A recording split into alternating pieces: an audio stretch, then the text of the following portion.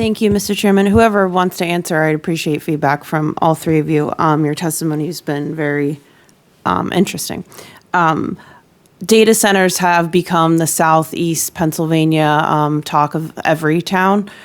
So I don't know if it's part of what you're mentioning, and is it one operator shopping around locations and everyone thinks they're getting a data center, or is it truly there's going to be a mass influx of data centers within the southeast region?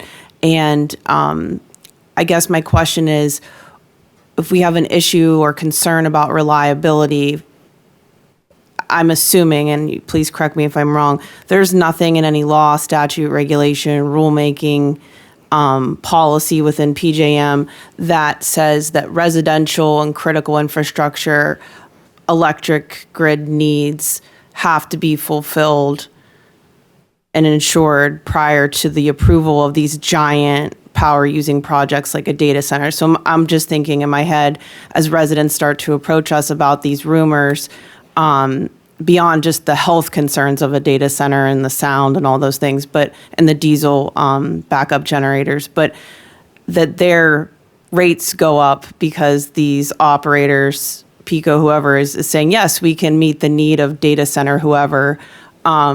And there's actually a Google data center rumored to be coming to my own township next to the Veterans Home.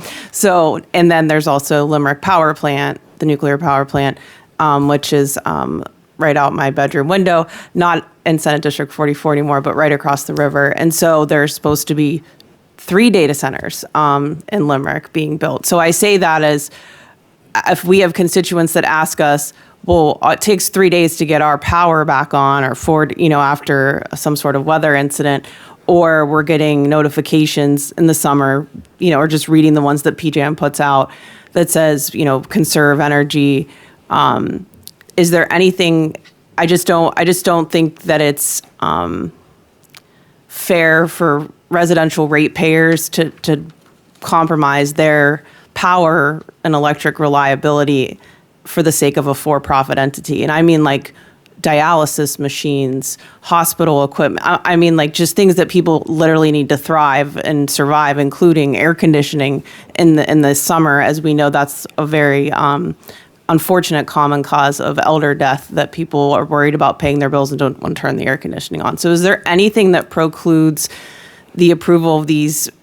It's almost like they're ushered in by local government for whatever financial reasons. But is there anything that protects the Pennsylvania ratepayer from being neglected out of this process? So I'll start this off, then turn it over to Jason. So I think it's important to differentiate the type of data center we're talking about and where the data center is located, if it's in front of the meter or if it's behind the meter. If it's behind the meter, that means that it's attached directly to a generator. Okay, so that's going to fall more with PJM and FERC and Federal Power Act. If it's in front of the meter, that would fall to the PUC, and they would be a customer just like every other customer at that point. I would turn it to you how to deal with it behind the meter, though. So a customer is a customer. It doesn't matter if you're a senior citizen customer versus Google. Yes. Thank you. Now, one of the things I will say when we talk about data centers, and we talked about it at our hearing, is load management, load shifting. One of the advantages that data centers give us is the large amount of load they have. And that's one of the things when you're talking about your projections, Senator, just to give you an idea of the type of power these facilities use. The filing that's currently pending at Susquehanna, that full build out for the current filing is 480 megawatts. That's larger than the load of the city of Pittsburgh. So the advantage of that is, while that creates a challenge of serving it, it also creates an opportunity when we have those high peak demands systems, and we've asked data centers this. Google, for instance, if you're operating 6 data centers, are you able to power one down at times of grid emergency or stress on the grid? And the answer is yes. So, just think, we can take a city of Pittsburgh off the grid like that. So that's the advantage of a data center, is the very challenge that it creates is also a bonus in trying to deal with that load.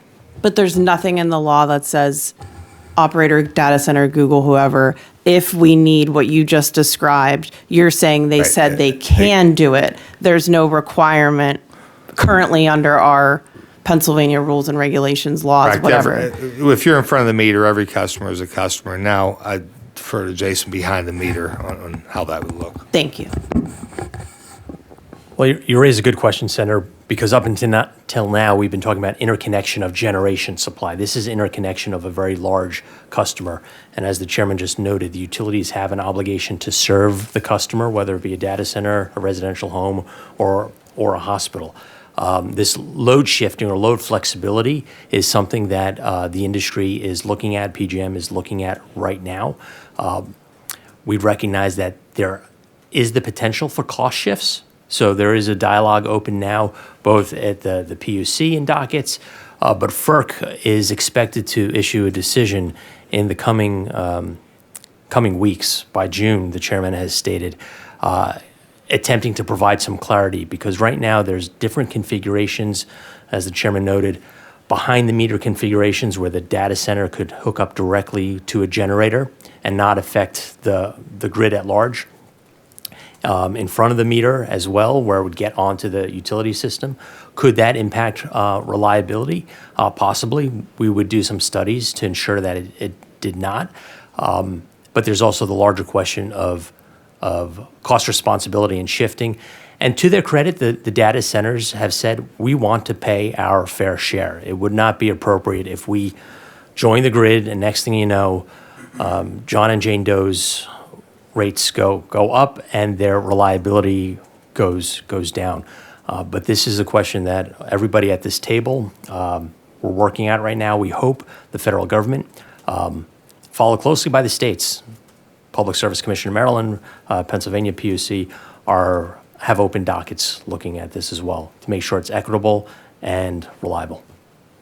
And it sort of just reminds me of water privatization, in that it's like this cost could potentially, and in water privatization, it does end up down to the ratepayer. And so is it a place where now electricity for humans to live in their homes, like just to stay alive, is you're competing as a ratepayer with the for-profit private entity? And that's why I asked the question, because it's similar but different. But I just say that is that I think it's important that as data centers come up for votes locally or whatever, that the public is aware of the fact that, they're on the same playing field as the big operator, the big corporation, despite not having the capital to pay the bills, right? So I just wanted to clarify that, because I think it's very important for the public to know, as it stands, there are no protections for just their use of electric. That's what I would say is like an essential service,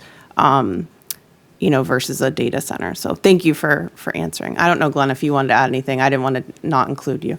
Yeah, no, the only thing I'll add is in law school, I did a paper on the 44th Senatorial District, and when I got moved from Pittsburgh to your area, so I'd love to give you a copy of it, but I gave it to Congressman Gerlach, so it was great to hear you mention that.